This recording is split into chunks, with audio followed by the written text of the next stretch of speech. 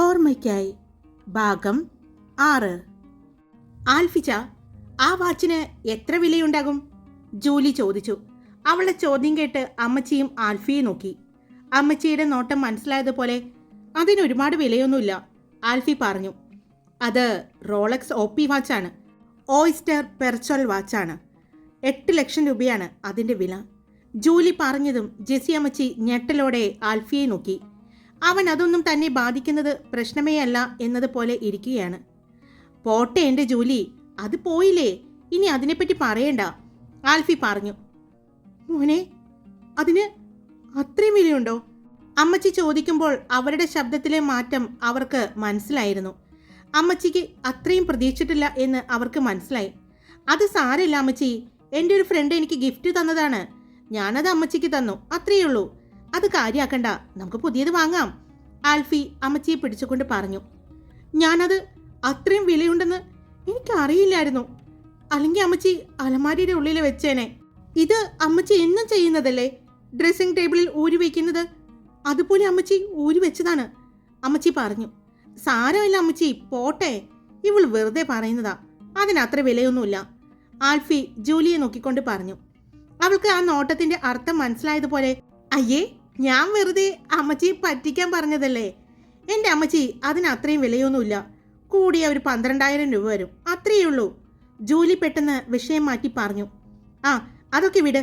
പിന്നെ അമ്മച്ചിയെ സഹായിക്കാൻ വരുന്ന 2 പേര് ആരാണെന്ന് അറിയാമോ അമ്മച്ചിക്ക്? നമ്മുടെ സ്കൂളിൽ ഭക്ഷണം ഉണ്ടാക്കുന്ന 2 ചേച്ചിമാരില്ലേ, അവരാ വരുന്നത്, ആൽഫി പറഞ്ഞു. അത് കേട്ടതും അമ്മച്ചി അത്ഭുതത്തോടെ അവനെ നോക്കി. ഞാനത് മോനോട് പറയാനിരിക്കായിരുന്നു. വെക്കേഷൻ ആയി കഴിഞ്ഞാൽ ആ 2 കുടുംബത്തിലെ വരുമാന മാർഗം നിൽക്കും. അതുവരെ അവരെന്ത് ചെയ്യുമെന്ന് ആലോചിച്ച് ഭയങ്കര വിഷമത്തിലായിരുന്നു എന്ന് ഞാൻ അറിഞ്ഞു. അതെനിക്കറിയാം, ഞാനത് അറിഞ്ഞുകൊണ്ട് തന്നെയാണ് അവരോട് ജോലിക്ക് വരാൻ പറഞ്ഞത്. മോനോടിത് ആര് പറഞ്ഞു? വേറെ ആര് പറയാൻ? അമ്മച്ചിയുടെ സ്കൂളിലെ ഇച്ചായൻ്റെ ഒരു വലങ്കയില്ലേ? അയ്യോ, അതിന് വലങ്കൈ എന്ന് പറയാൻ പറ്റില്ല, ഇച്ചായൻ്റെ സ്പൈ. ആള് പറഞ്ഞതായിരിക്കും അല്ലേ ആൽഫിച്ചായ? ആണോ മോനെ? ജഗദീഷാണോ പറഞ്ഞത്? എത്ര പെട്ടെന്നാണ് ആൽഫിച്ചന്റെ സ്പൈ എന്ന് പറഞ്ഞപ്പോൾ അമ്മച്ചിക്ക് മനസ്സിലായത്. കാര്യം അമ്മച്ചിയുടെ സ്കൂളിലെ അധ്യാപകനാണെങ്കിലും അങ്ങേർക്ക് കൂറ് ആൽഫിച്ചനോടാ. ആ സ്കൂളിലെ എന്ത് കാര്യവും വൈകുന്നേരം വള്ളി പുള്ളി വിടാതെ ഇച്ചാനെ അറിയിച്ചില്ലെങ്കിൽ പുള്ളിക്ക് ഉറങ്ങാൻ പറ്റില്ല എന്നാണ് അന്ന് വന്നപ്പോൾ പറഞ്ഞത്, ജൂലി പറഞ്ഞു. മതി അവനെ കളിയാക്കിയത്, അവനെ ഒരു അധ്യാപകനാണ്, അത് നീ മറക്കരുത് കേട്ടോ, ആൽഫിയുടെ അമ്മച്ചി ജൂലിയോട് പറഞ്ഞു. മറന്നിട്ടില്ല, അതുകൊണ്ടാ പറഞ്ഞത്, അവൾ പറഞ്ഞു. അതെ, അമ്മച്ചി വിളിക്കുന്നുണ്ട്. റൂമിന്റെ വാതിക്കലേക്ക് വന്ന് ജാനകി ചേച്ചി വന്ന് പറഞ്ഞു. ഞങ്ങൾ വരാം, ചേച്ചി പൊയ്ക്കോ, ആൽഫിയുടെ അമ്മച്ചി പറഞ്ഞു. ഞാൻ ചെല്ലട്ടെ, ആൻസിമോളുടെ കൂടെ ഒരു പെൺകുട്ടി വന്നിട്ടുണ്ട്. ആ പെൺകുട്ടി വെജിറ്റേറിയൻ ആണ്. ഇപ്പോൾ ഉച്ചഭക്ഷണം കഴിക്കാൻ സമയമായില്ലേ, ആ കുട്ടി വരുമ്പോഴേക്കും ആ കുട്ടിക്ക് എന്തെങ്കിലും കഴിക്കാൻ എന്തെങ്കിലും ഉണ്ടാക്കണം.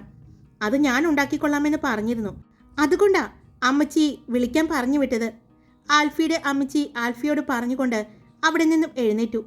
ഞാനും വരുന്നു എന്ന് പറഞ്ഞ് തെരേസയും എഴുന്നേറ്റു. അവരുടെ കൂടെ പുറത്തേക്ക് പോകാനായി ഇറങ്ങിയ ജൂലിയെ അവൻ പിടിച്ചു നിർത്തി. അതെ, സത്യത്തിൽ ആ വാച്ച് ആരാ എടുത്തത് എന്ന് നിനക്കറിയാമോ? ആൽഫി ചോദിച്ചു. ചോദിക്കാൻ എന്തിരിക്കുന്നു, നമ്മുടെ വല്യപ്പച്ചൻ്റെ അനിയൻ്റെ ഒരു മകനില്ലേ മൂത്തത്, അവരുടെ ഭാര്യ. ആര്? പ്രിൻസി ആൻറ്റിയോ? അവര് തന്നെ, അവരും അവരുടെ മകളും. ജൂലി പറഞ്ഞതും അത് നിനക്കെങ്ങനെ അറിയാം? അതൊക്കെ എനിക്കറിയാം, ഈ വീട്ടില് ഒരു ഇല അനങ്ങിയ ഞാനറിയും, അവൾ പറഞ്ഞു. അപ്പോൾ സ്കൂളില് ജഗദീഷാണ് എൻ്റെ സ്പൈ എന്ന് നീ പറയുന്നത്, അപ്പോൾ ഇവിടത്തെ സ്പൈ നീയാണല്ലേ? അതേലോ, അതില് എനിക്ക് അഭിമാനമേ ഉള്ളൂ. എന്തുണ്ടെങ്കിലും ഇച്ചാനോട് പറഞ്ഞില്ലെങ്കിൽ എനിക്കൊരു സമാധാനം ഉണ്ടാവില്ലാന്നേ. അതുപോലെ തന്നെ ഇന്നേ ഇച്ചാൻ്റെ ചുണ്ടിൽ ഒരു പുഞ്ചിരി ഉണ്ടായിരുന്നില്ലേ ഡൈനിങ് റൂമിലേക്ക് വന്നപ്പോൾ? മനസ്വന്തമാക്കിയ പുഞ്ചിരിയാണോ? എനിക്ക് മറ്റെന്തോ ആയിട്ടാ തോന്നിയത്, അവൾ പറഞ്ഞു. അത് കേട്ടതും ആൽഫി അവളെ ഒന്ന് കണ്ണു കുറിപ്പിച്ച് നോക്കി. നിനക്കേ പലതും തോന്നും, നിന്റെ പ്രായത്തിൻ്റെയാ, അവൻ പറഞ്ഞു. എൻ്റെ പ്രായം അതായതുകൊണ്ട് തന്നെയാണ് ആൽഫിച്ചായ. അപ്പോൾ ഇച്ചായൻ്റെ കണ്ണുകളിൽ കണ്ടത് ഒരു പ്രണയഭാവമായിരുന്നു എന്ന് എനിക്കൊരു സംശയം. പക്ഷേ അത് ആരോട്, എവിടെ വെച്ച്, എങ്ങനെ എന്നൊന്നും എനിക്കറിയില്ല. ഞാൻ കണ്ടുപിടിച്ചോളാം. അവൾ പറഞ്ഞുകൊണ്ട് അവിടെ നിന്നും വേഗം ഓടി. ഇനി അവിടെ നിന്നാൽ ശരിയാവില്ല എന്ന് അവൾക്കറിയാം. അവൾ ഓടിപ്പോകുന്നത് നോക്കി ആൽഫി ചെറിയൊരു പുഞ്ചിരിയോടെ റൂമിൽ നിന്നും പുറത്തേക്കിറങ്ങി. അവൻ നേരെ കിച്ചണിലേക്കാണ് ചെന്നത്.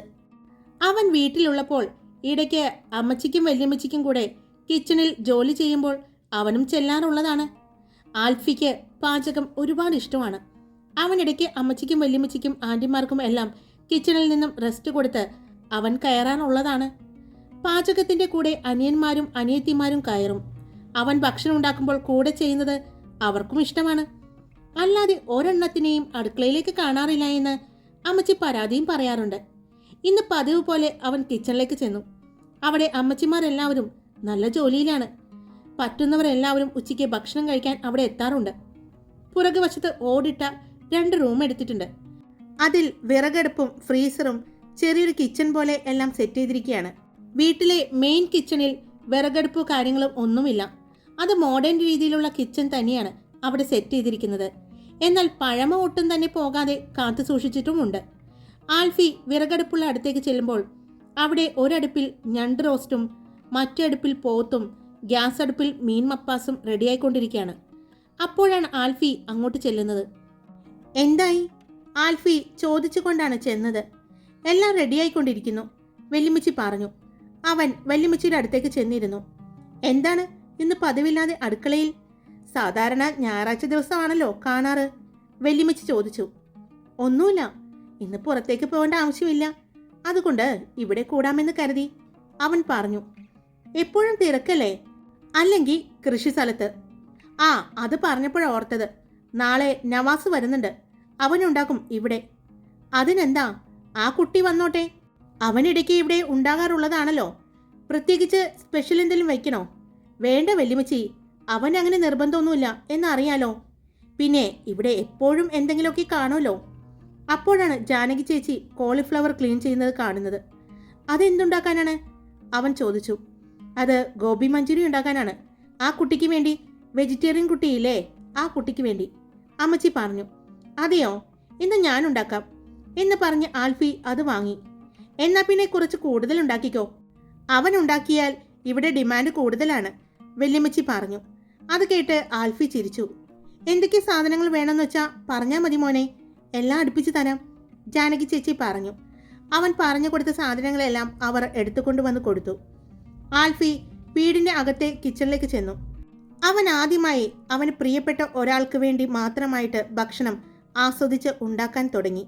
അപ്പോൾ അവൻ്റെ മനസ്സിലുള്ള വികാരം എന്താണെന്ന് അവന് പോലും മനസ്സിലാകുന്നുണ്ടായിരുന്നില്ല. അവൻ നന്നായി ഭക്ഷണം ഉണ്ടാക്കി. അവൻ കിച്ചണിലുണ്ടെന്ന് അറിഞ്ഞ് അവിടെയുള്ള പെൺകുട്ടികളെല്ലാവരും കിച്ചണിലേക്ക് വന്നു. ഞങ്ങളുടെ സഹായം എന്തെങ്കിലും വേണോ? അവർ ചോദിച്ചു. പൊന്നു മക്കളെ, സഹായിക്കേണ്ട, ഞാനേ ഉണ്ടാക്കിക്കൊള്ളാം. എന്നിട്ട് കഴിച്ചു നോക്കിയിട്ട് എങ്ങനെയുണ്ടെന്ന് പറഞ്ഞാൽ മതി, അവൻ പറഞ്ഞു. അവൻ ഉണ്ടാക്കിക്കഴിഞ്ഞ് കിച്ചണിൽ നിന്നും പുറത്തേക്കിറങ്ങി. അമ്മച്ചി, ആ കുട്ടിക്ക് ഇത് മാത്രമേ ഉള്ളോ? വേറെ കറികളൊന്നുമില്ലേ? അവൻ അവൻ്റെ അമ്മച്ചിയോട് ചോദിച്ചു. അമ്മച്ചി ആൻസിയോട് ചോദിച്ചിട്ട് ആ കുട്ടിക്ക് എന്താണ് ഇഷ്ടമുള്ളത് എന്ന് വെച്ചാൽ അത് ഉണ്ടാക്കി കൊടുക്കണം. നമ്മുടെ വീട്ടിലെ അതിഥികളല്ലേ, ഒന്നിനും ഒരു കുറവ് വരുത്തരുത്, അവൻ പറഞ്ഞു.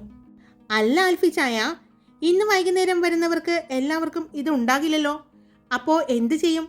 ആ ചേച്ചിക്ക് കഴിക്കാൻ കിട്ടുമോ ആവോ, കൃപ പറഞ്ഞു.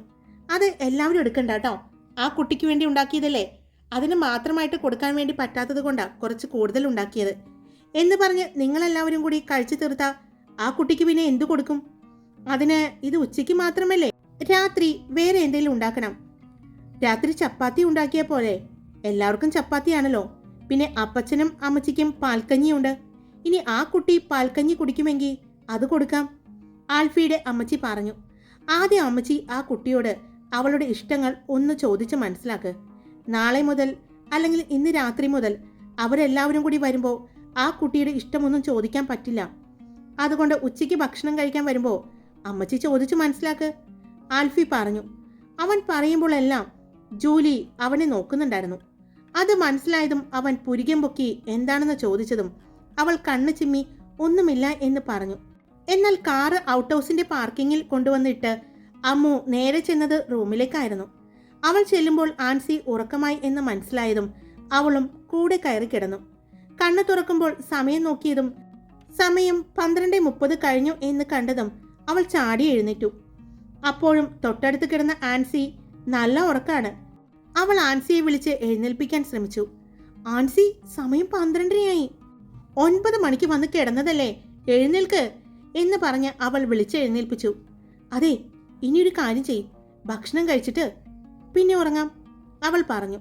അത് നല്ലൊരു കാര്യമാണ് എന്ന് പറഞ്ഞുകൊണ്ട് ആൻസി വാഷ്റൂമിലേക്ക് പോയി. അവൾ വാഷ്റൂമിൽ നിന്നും ഇറങ്ങി. ഞാൻ എല്ലാവരെയും വിളിക്കാം, അപ്പോഴേക്കും നീ ചെന്ന് ഫ്രഷ് ആയിട്ട് വാ എന്ന് പറഞ്ഞ് ആൻസി റൂമിൽ നിന്നും ഇറങ്ങിയതും അമ്മുവും വാഷ്റൂമിലേക്ക് പോയി. അവൾ റൂമിൽ നിന്ന് പുറത്തേക്ക് ഇറങ്ങി വരുമ്പോഴാണ് അവളുടെ ഫോൺ റിങ് ചെയ്യുന്നത്. അവൾ ചെന്ന് നോക്കിയപ്പോൾ മുത്തച്ഛനാണ്. ഫോൺ എടുത്തതും ഈ നേരത്തെ എന്താ മുത്തച്ഛ, അവൾ ചോദിച്ചു. എന്ത് പറയാനാ എൻ്റെ മോളെ, നിന്റെ അമ്മയ്ക്ക് അവിടെ ഇരുന്നിട്ട് ഒരു സമാധാനവുമില്ല എന്ന് തോന്നുന്നു. എത്ര തവണ എന്നറിയോ എന്നെ വിളിക്കുന്നത്? നിനക്ക് എങ്ങനെയുണ്ട് അവിടെ? കുഴപ്പമൊന്നുമില്ലല്ലോ? അവിടെ ആരൊക്കെയുണ്ട്? നല്ല കൂട്ടനാണോ? ആൻസി അറിയാമെങ്കിലും അവരുടെ ഫാമിലി എങ്ങനെയാണെന്ന് അറിയില്ലല്ലോ. പിന്നെ അവിടെ എന്തോ ഫംഗ്ഷൻ നടക്കാൻ പോവുകയല്ലേ, വരുന്നവരൊക്കെ എങ്ങനെയുണ്ടാവും? എൻ്റെ കൊച്ചിനോട് എങ്ങനെയായിരിക്കും പെരുമാറുന്നത് എന്നെല്ലാം ചോദിച്ച് എൻ്റെ ചെവി തല കേൾപ്പിച്ചിട്ടില്ല. നിന്റെ കൂടെ ഞാൻ വരുന്നതായിരുന്നു ഇതിലും നല്ലത്, മുത്തച്ഛൻ പറഞ്ഞു.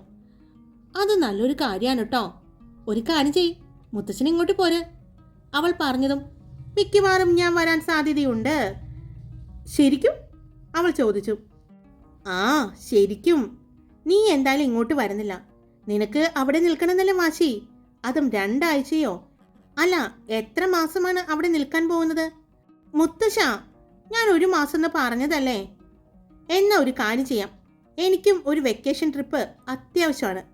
നിന്റെ അമ്മ ഉണ്ടാക്കിയിരിക്കുന്ന ഈ ബിസിനസ് നോക്കി നടത്താൻ എന്നെ കൊണ്ട് ഇനി പറ്റില്ല. അവളോട് ഞാൻ പറഞ്ഞിട്ടുണ്ട് കാര്യം. അപ്പോൾ അവൾ പറഞ്ഞു അച്ഛൻ വേണമെങ്കിൽ കുറച്ച് ദിവസം ഒന്ന് റെസ്റ്റ് എടുത്തോളാൻ. ഞാൻ നോക്കിയപ്പോൾ എൻ്റെ മോള് പറഞ്ഞ എന്താ ആ സ്ഥലത്തിൻ്റെ പേര്? മലരിക്കൽ. എനിക്ക് അങ്ങനെ ഇഷ്ടപ്പെട്ടു. ഞാൻ അങ്ങോട്ട് വന്നാലോ എന്ന് ആലോചിക്കുകയാണ്, മുത്തശ്ശൻ പറഞ്ഞു. ശരിക്കും മുത്തശ്ശൻ വരുമോ? അവൾ സന്തോഷത്തോടെ ചോദിച്ചു. പിന്നെ വരാതെ. ഞാനൊരു 1 ആഴ്ച കഴിയുമ്പോഴേക്കും ഞാൻ അവിടെ എത്തും. അതിനു മുമ്പ് എനിക്ക് അങ്ങോട്ട് വന്ന് നിൽക്കുന്നതിന് മുമ്പ് ഇവിടെ കുറച്ച് കാര്യങ്ങൾ പറഞ്ഞേൽപ്പിക്കാനുണ്ട്.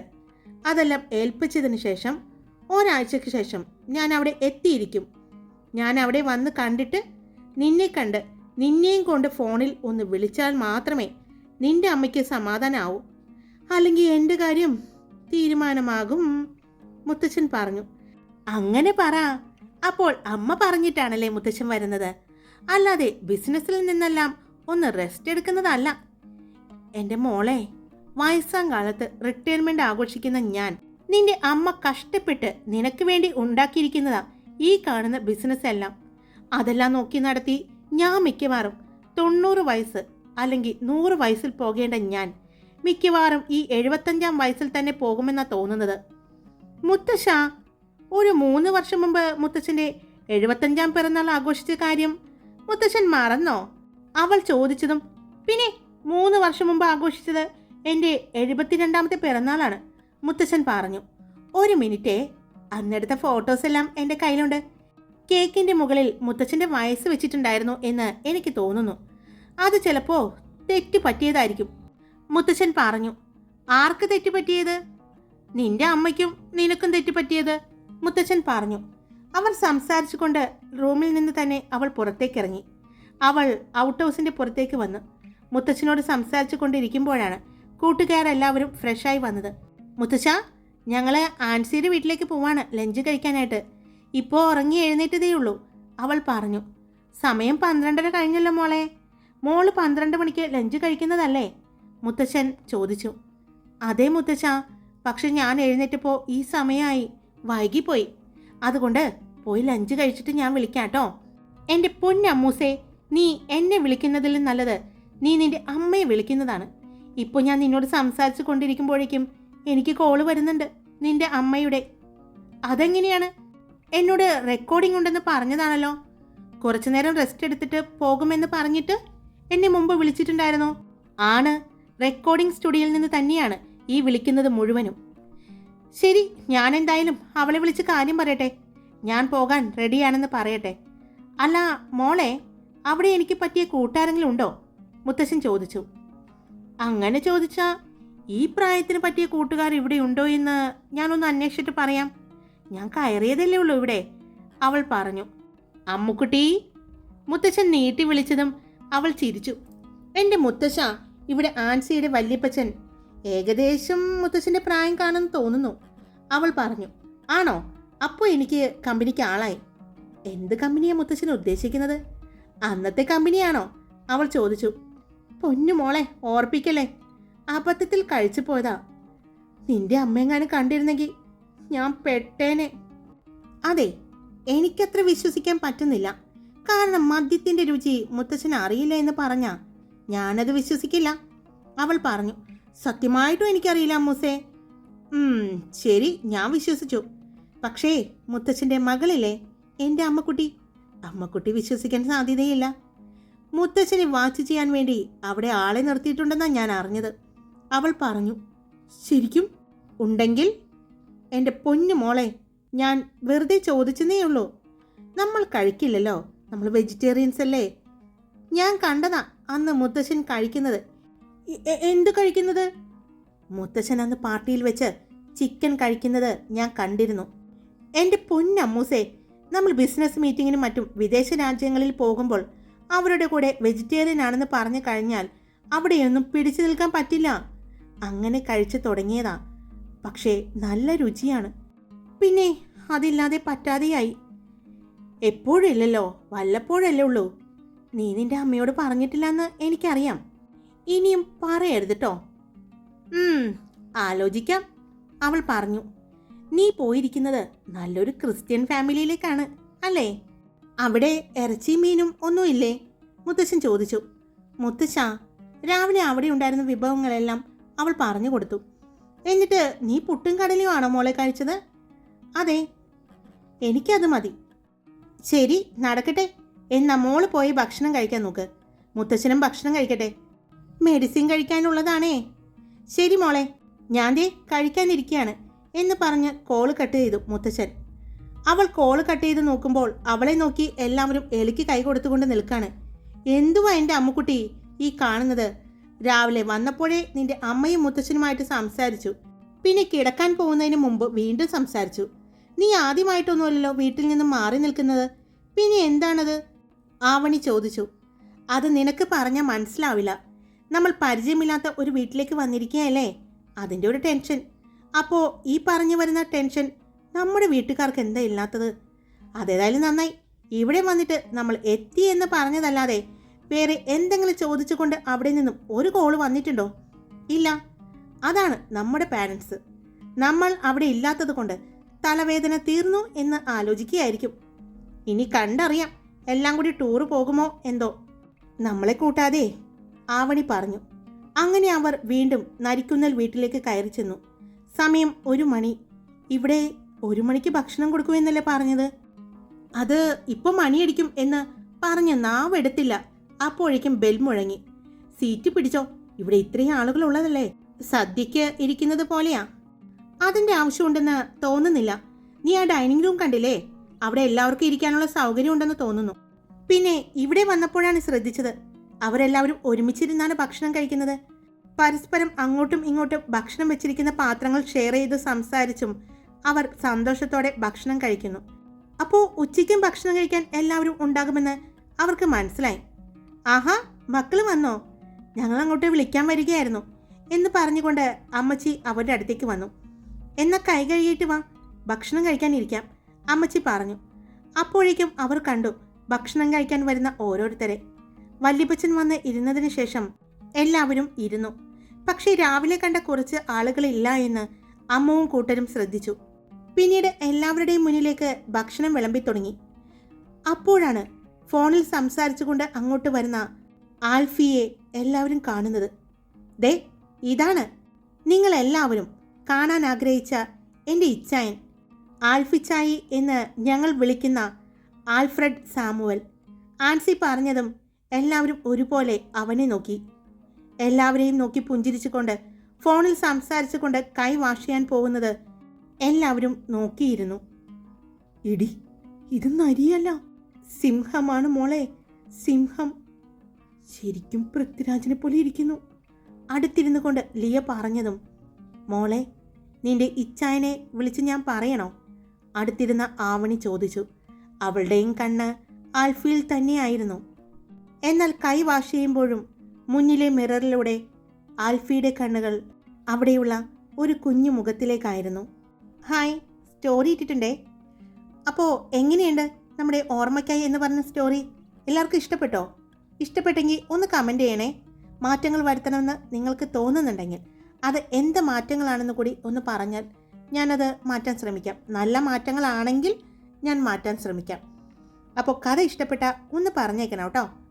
പിന്നെ ലൈക്കും കമൻസും മറക്കരുത് കേട്ടോ. പിന്നെ സബ്സ്ക്രൈബ് ചെയ്യാതെ കേൾക്കുന്നവരുണ്ടെങ്കിൽ സബ്സ്ക്രൈബ് ചെയ്ത് സപ്പോർട്ട് ചെയ്യുക. Love you all. It's me Karthika.